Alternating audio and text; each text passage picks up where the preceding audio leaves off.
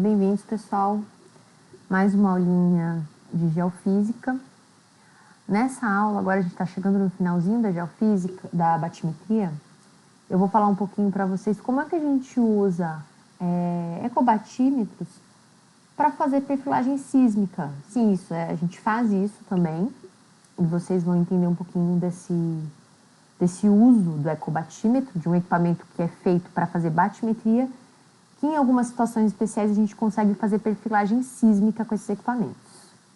Vamos lá. Então, a primeira coisa que a gente tem que entender é a questão da frequência do equipamento versus a penetração no sedimento, tá? Então, lembram da aula de atenuação, né? Da aula lá do pulso acústico e da atenuação, que é relativa ao número de comprimentos de onda. Então, a gente aprendeu naquela aula lá que quanto maior a frequência de um pulso, maior a atenuação, né? A gente aprendeu isso. Então, tem mais uma coisinha que eu vou colocar agora.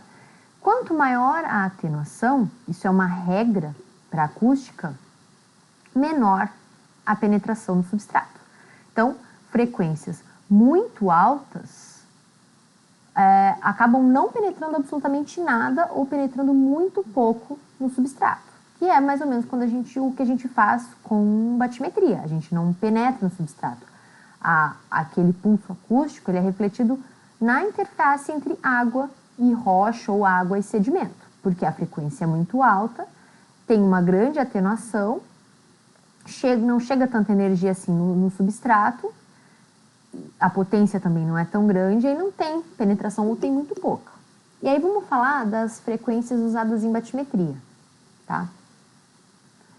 A gente usa, a frequência padrão da Marinha, já falei para vocês, que a gente usa no Brasil é 200 kHz, tá? Então é uma frequência bem alta, mas no geral frequências maiores que 40 kHz são as frequências usadas para batimetria em regiões mais rasas, menores de 100 metros. Tá? Essas frequências, elas têm bastante atenuação, então no geral, elas são refletidas em superfície. Quando a gente precisa fazer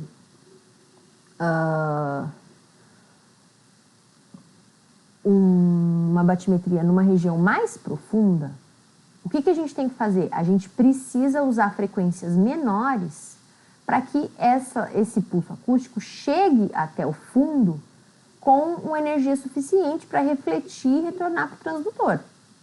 Então, para batimetrias em águas mais profundas do que 100 metros, normalmente se usa frequências mais baixas, até 12 kHz. Tá?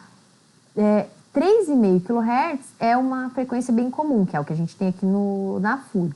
Tá? Então, frequências de 12 kHz, elas tendem a ser refletidas na superfície, mas elas são utilizadas em águas profundas.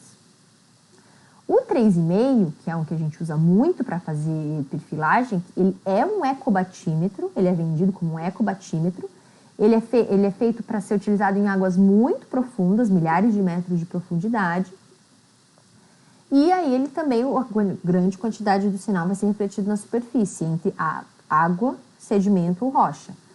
Só que quando a gente usa 3,5 kHz em regiões mais rasas, se a gente usa 3,5 kHz na plataforma, a gente está usando uma frequência que é muito baixa, com uma potência relativamente alta, porque para o que ela é feito, ela precisa ser assim, mas ela tem bastante energia, então quando a gente usa isso aqui em situações mais rasas, esse pulso ele acaba penetrando no sedimento.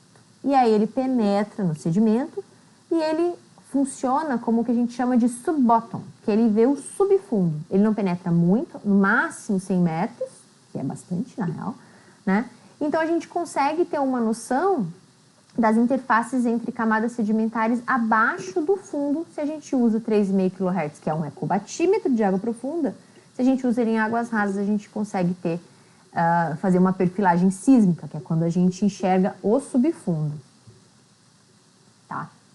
Então, vamos só ter um adianto aqui da aula de sísmica, para a gente entender um ponto bem importante nessa questão de sísmica e de reflexão, tá? Tem um conceito que é muito importante, que é o conceito de impedância acústica, tá? O que é a impedância acústica?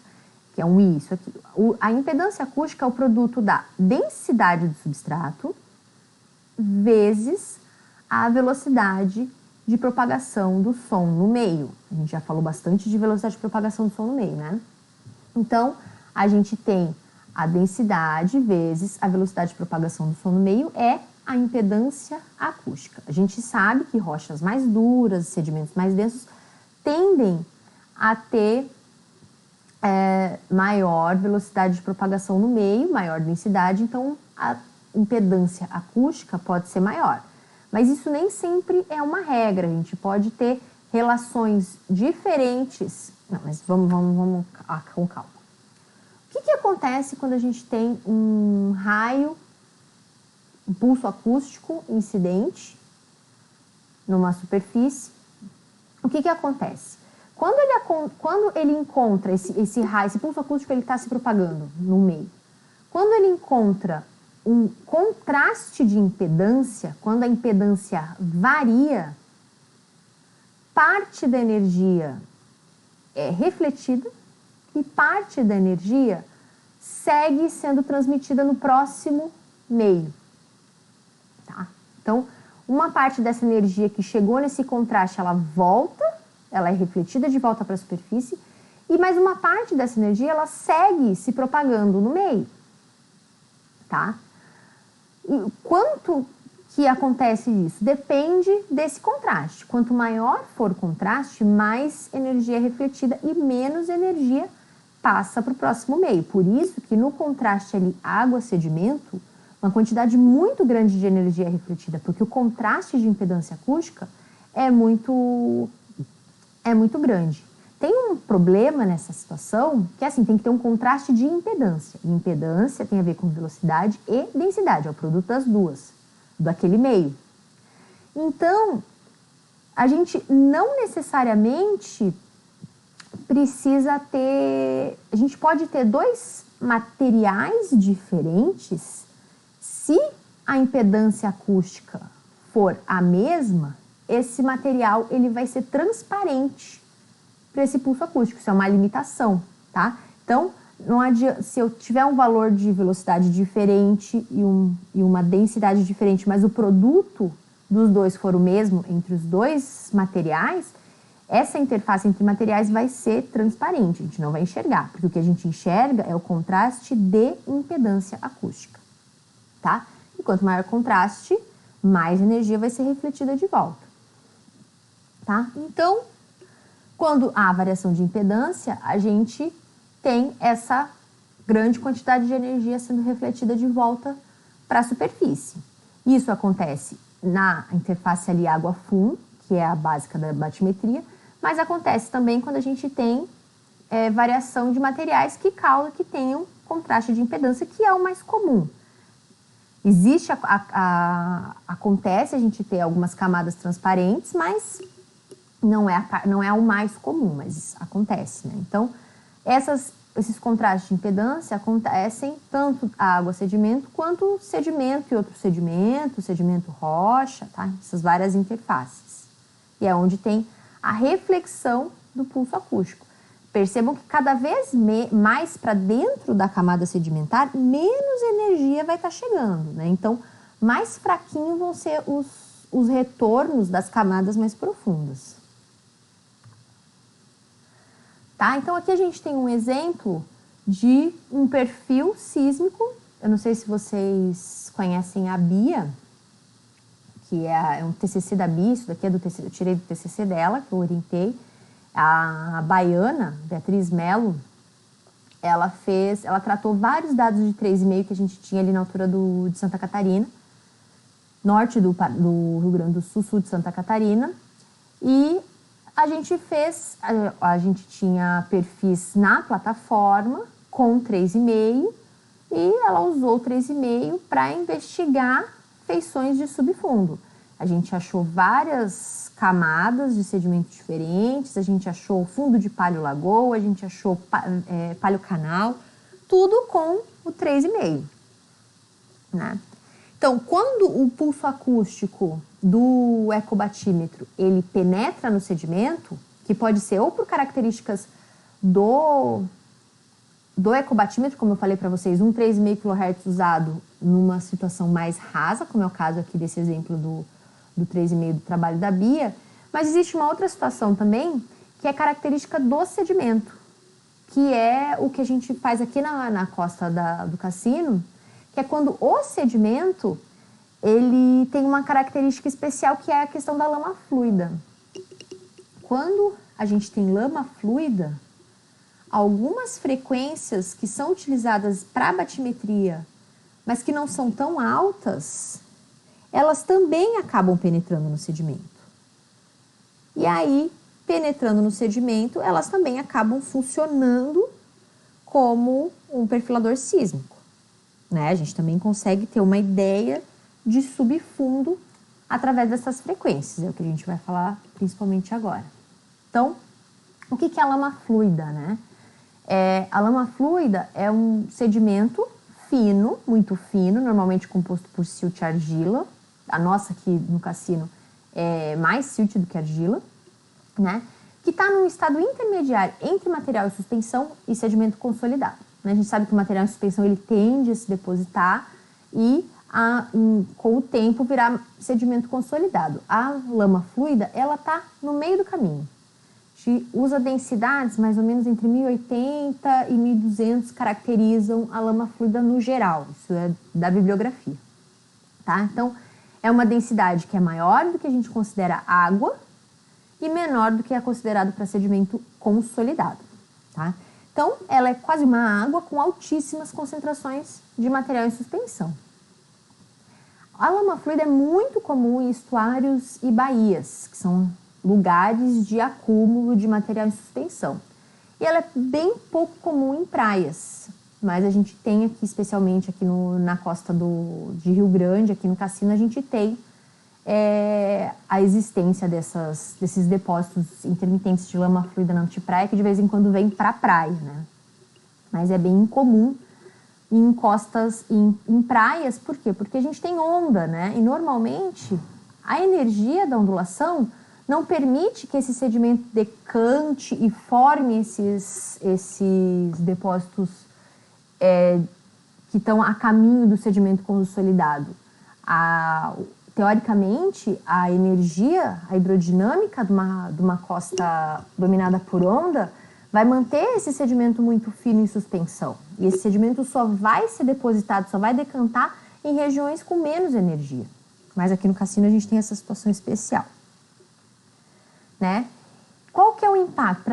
Qual que é o problema da lama fluida na praia? Apesar dela, ela vai aqui no Cassino, né? A gente tem esses depósitos ficando na zona de surf, vindo para a praia às vezes. Normalmente eles ficam na antepraia e eles são transportados, né, em situações de alta energia para a zona de surf e para a praia. Eles causam, dá para ver bem nessa foto, atenuação de ondas.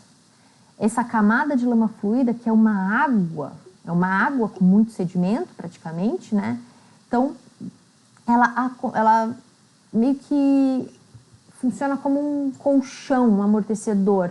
A energia, ela absorve a energia de ondas. Então, normalmente, quando tem muita lama fluida ali na zona de surf, a gente tem amortecimento da ondulação incidente. Essa foto mostra bem direitinho.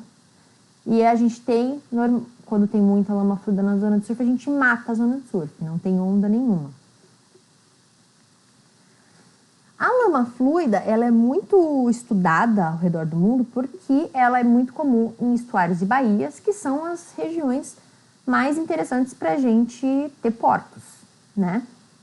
E aí, elas implicam muito, tem um problema sério, que é a questão da profundidade náutica. E então elas têm uma importância para a navegação. O que é a profundidade náutica? A profundidade náutica é a profundidade calculada ali a partir da qual a gente é seguro navegar, tá? Aqui a gente tem uns exemplinhos de, por exemplo, num fundo plano, a profundidade náutica é o plano e a gente tem toda essa coluna d'água aí segura para navegação. Se a gente tiver um fundo com muitas rochas, por exemplo, A profundidade náutica é a profundidade náutica acima dessas rochas a partir da qual é seguro navegar. Se a gente tem um fundo muito irregular, assim, com ondulações e tal, também a parte superior é a parte segura para navegação. E quando tem lama fluida? Qual que é a partir de onde, dentro dessa camada de lama fluida, é possível navegar? Ou só a partir de onde é só água, onde não tem lama fluida? É possível navegar dentro dessa camada de lama fluida? Essas questões elas estão muito em alta. Por quê? Porque profundidade, quanto maior o calado que o navio puder ter para entrar naquele porto, mais dinheiro vai trazer, maiores navios com mais carga, mais dinheiro vai circular. Então é uma questão econômica muito importante. Quanto maior os navios puderem entrar no porto, melhor para o porto. Então, se a gente tem uma camada de lama fluida e a gente limita o calado dos navios a partir acima dessa lama fluida, está limitando esse porto. Então, existem muitos trabalhos relativos à lama fluida para tentar estudar essa camada de lama fluida para entender se é seguro ou não os navios navegarem usando essa camada de lama fluida dentro da profundidade náutica. Né? Então, é o exemplinho daqui. Ou você vai fazer o navio navegar acima da lama fluida, ou você vai permitir que, quando você permite que o navio navegue dentro da lama fluida, você está aumentando o tamanho do navio que pode entrar naquele porto e você está melhorando os custos. Você está melhorando economicamente, para aquele porto é muito melhor, tá? Só que qual que é a segurança dessa navegação, né? Você tem que ter uma detecção dessa camada de lama fluida muito segura, porque daqui a pouco, se esse navio é fundo demais e tem um fundo com uma lama mais consolidada, que não é mais tão fluida, e aí essas hélices desse sedimento consolidado vai estar acabando mais ter mais prejuízo do que solução. É muito comum a gente ter o uso da geofísica, de ecobatímetro de dupla frequência, ecobatímetro mesmo, ó, 210, nesse caso 33 kHz, para identificar a lama fluida, mas eu vou falar isso daqui a pouquinho. Ó, a batimetria padrão aqui no Brasil, já falei, né, é o 200 kHz. 200, 210 são frequências muito altas que não conseguem penetrar na lama fluida, teoricamente. Né? Então, elas pegam o topo da lama fluida. No Brasil, é a batimetria de 200 kHz que vale para a marinha. Então, no Brasil, não existe navegação em lama fluida. O que é um problema para os portos, né? Porque isso diminui o calado, se você tiver lama fluida. E aí faz com que os portos queiram dragar essa lama fluida. Só que dragar água é super complicado, né? Então, a dragagem é um processo muito caro. Então, é um problema bem sério, né? Já existem, na Bélgica, na Holanda, na Alemanha, na China e na Guiana Francesa, navegação em lama fluida a partir já de estudos que identificaram que tem monitoramento da camada de lama fluida, que dizem qual que é a profundidade, qual que é a espessura dessa lama fluida e o tamanho dos navios que podem navegar ali.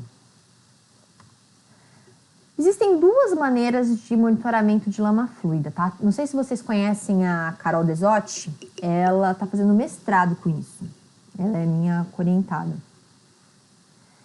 A gente pode usar uma sonda in situ, é um equipamento, chama Heltune, que ele mede a densidade e a viscosidade do sedimento, ele entra no sedimento, ó, esse aqui ele já está até sujinho, ele voltando, que é um equipamento que foi desenvolvido para isso, tá? Ele foi desenvolvido para identificar a lama fluida por conta da questão dos portos.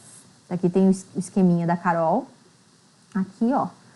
Ele é baixado no guincho e tal, e ele dá um perfilzinho, que eu não sei se vocês vão conseguir enxergar, mas aqui na vertical a gente tem profundidade e na horizontal a gente tem densidade do sedimento. Então ele vai baixando, vai dando densidade da água, densidade da água, densidade da água. Quando ele entra no sedimento, tem um aumento da densidade e até ele encontrar o sedimento mais denso aqui na ponta. Então esse intervalo aqui, ó, de 1000 e pouco até 1200 é o intervalo de lama fluida. Isso é uma maneira, só que isso é uma maneira pontual in situ, né? A segunda maneira, e a maneira muito utilizada ao redor do mundo, é com a geofísica, é com a batimetria de dupla frequência. Se usa uma frequência mais alta, 200 ou 210, para identificar o topo da lama fluida. E aí você usa uma frequência mais baixa, como o 33 é muito utilizado, o 50, o 24, que penetra nessa camada de lama fluida e teoricamente vai ser refletida no próximo contraste de impedância, que vai ser com a camada mais consolidada abaixo, que pode ser qualquer coisa, pode ser lama consolidada, areia, rocha, o que tiver embaixo. Né? Então aqui a gente tem mais um exemplo, a batimetria de dupla frequência. Teoricamente, a alta frequência vai identificar a camada superior da lama fluida e a baixa frequência a camada inferior da lama fluida. Só que, bem isso, eu posso usar 200, 210, 50, 33, 24, o que cada uma dessas frequências está enxergando, né? Esse é o trabalho da Carol.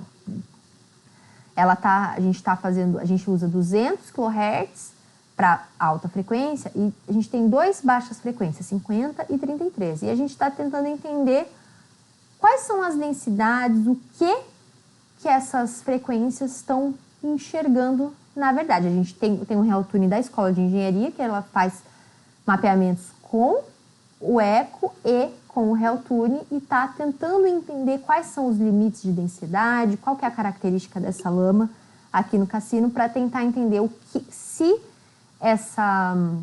esse levantamento com geofísica está fidedigno com o que o Realtune está olhando. Né? Então, assim a gente usa ecobatimetria para fazer perfilagem sísmica, né? Para olhar o subfundo. Aqui alguns exemplos, ó. Aqui a gente tem um registro do eco, aquele que é 250 kHz, tá? Alta frequência 200, a baixa frequência 50 kHz.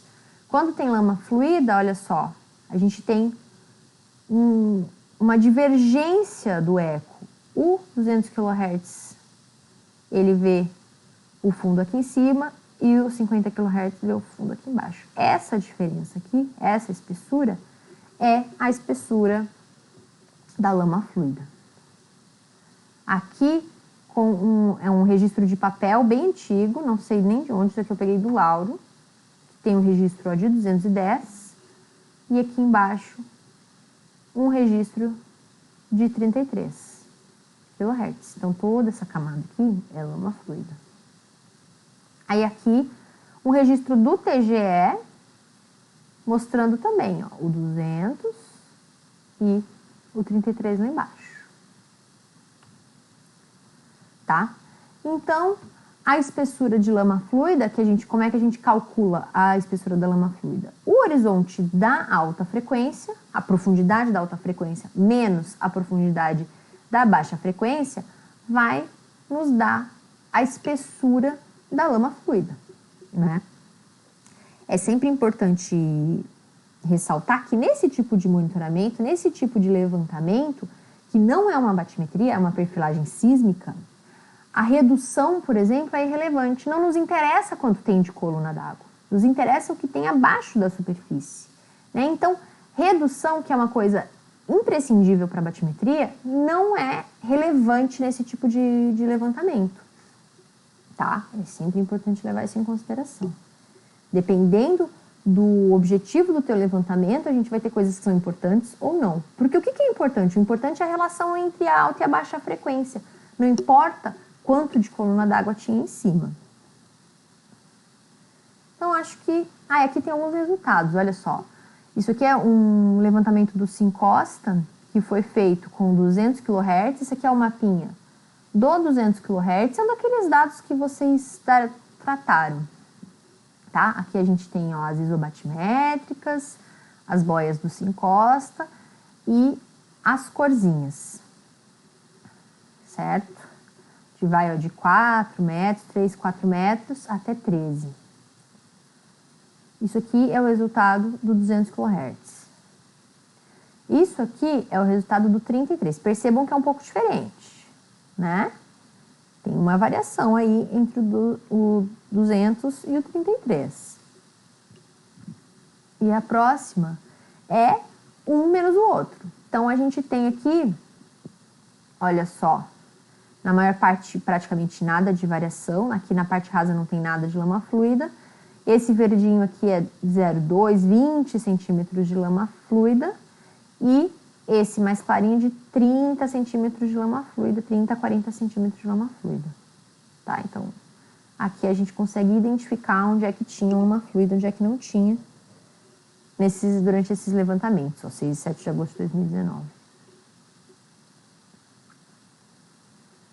Certo? Bom, pessoal, então foi isso, a nossa aula de como a gente usa ecobatímetro para fazer perfilagem sísmica. A próxima aula, só para vocês não estranharem, eu não vou fazer um vídeo, tá? Eu vou colocar o PPT para vocês e vou colocar a Norman, que é a aula de legislação, e aí vocês dão uma olhadinha, qualquer coisa me perguntem sobre essa aula também. Me perguntem lá no nosso fórum de dúvidas. Tá bem? Fiquem bem e até a próxima.